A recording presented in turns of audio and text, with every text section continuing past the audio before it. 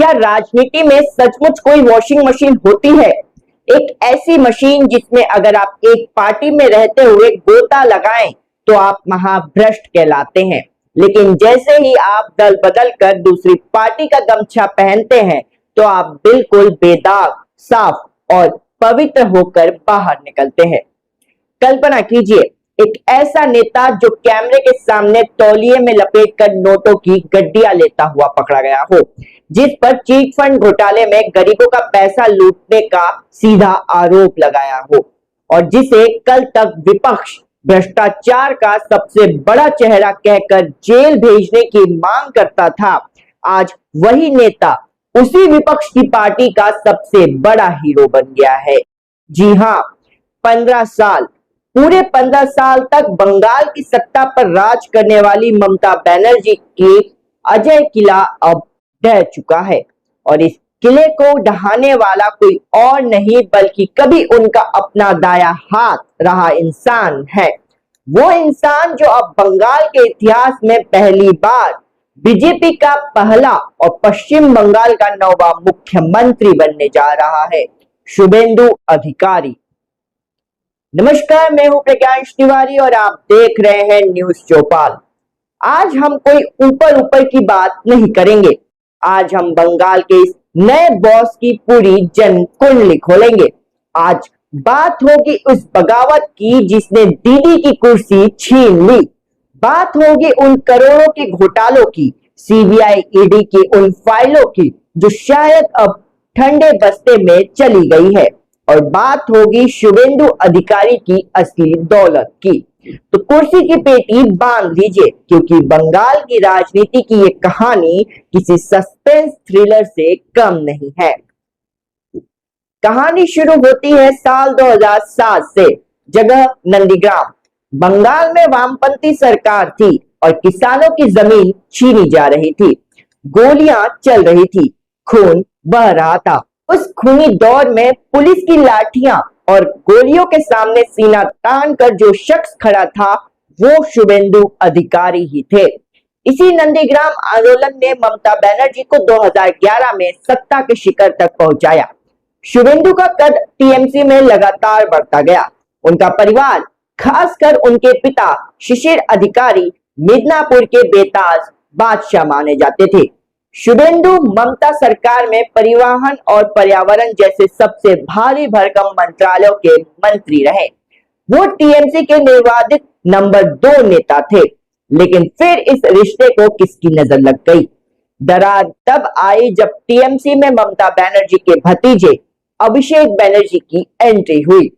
जैसे जैसे अभिषेक का पावर बढ़ा, शुभेंदु जैसे जमीन से जुड़े नेताओं को घुटन होने लगी।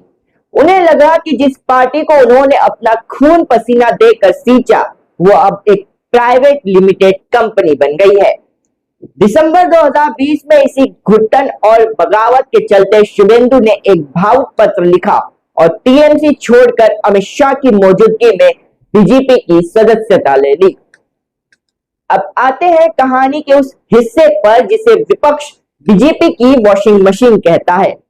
जैसे ही शुभेंदु ने बीजेपी ज्वाइन की, उनके पीछे लगे सीबीआई और ईडी के कुत्ते अचानक से खामोश हो गए। आखिर वो कौन से केस थे जिन्होंने शुभेंदु को विवादों में रखा? जरा ध्यान से सुनिएगा। पहला और सबसे बड़ा दाग है 2016 का Narada sting operation. Matthew Samuel नाम के एक पत्रकार ने टीएमसी के कई बड़े नेताओं का खुफिया स्टिंग ऑपरेशन किया।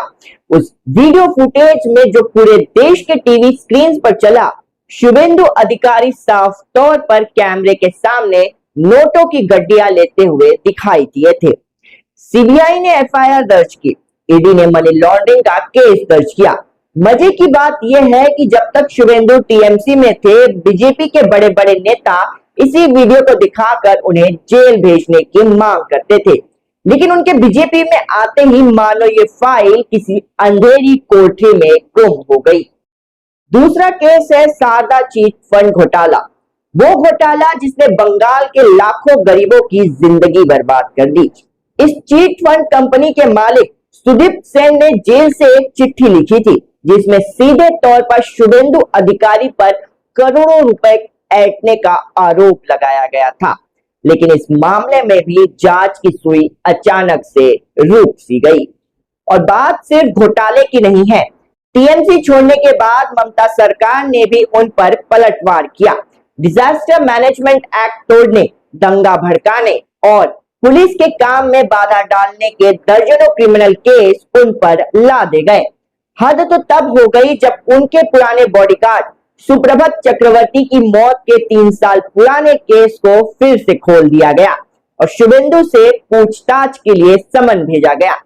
ये बंगाल की वो खूनी और बदले की राजनीति है जहां सत्ता जिसके पास होती है, पुलिस उसी की भाषा बोलती है।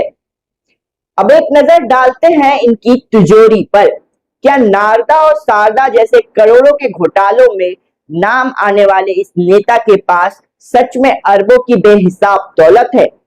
जब हम चुनाव आयोग के दिए गए उनके आधिकारिक हलफनामे को देखते हैं तो तस्वीर बिल्कुल उलट नजर आती है। 2021 के हलफनामे के मुताबिक शुभेंदु अधिकारी की कुल घोषित संपत्ति सिर्फ 1 करोड़ 5 लाख रुपए के आसपास थी।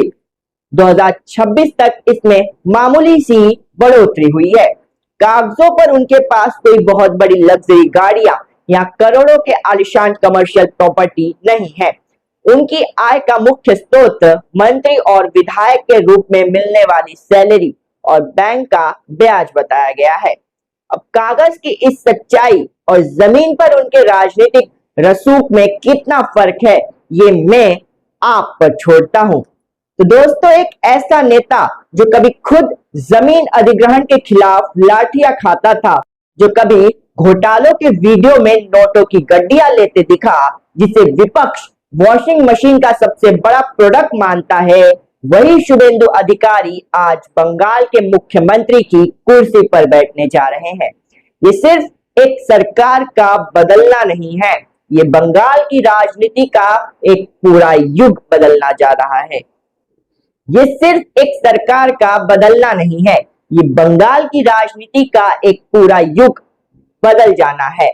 जिस ममता दीदी को हराना कभी नामुमकिन लगता था, आज उसी के सिपहसाल ने उसका किला ढहा दिया है। क्या शुभेंदु अधिकारी बंगाल में वो बदलाव ला पाएंगे जिसका उन्होंने वादा किया है? क्या वो अपने ऊपर लगे नारदा और शारदा के दागों को एक अच्छे मुख्यमंत्री के रूप में काम करके धो पाएंगे, या फिर बंगाल की राजनीति उसी हिंसा और बदले की आग में जलती रहेगी?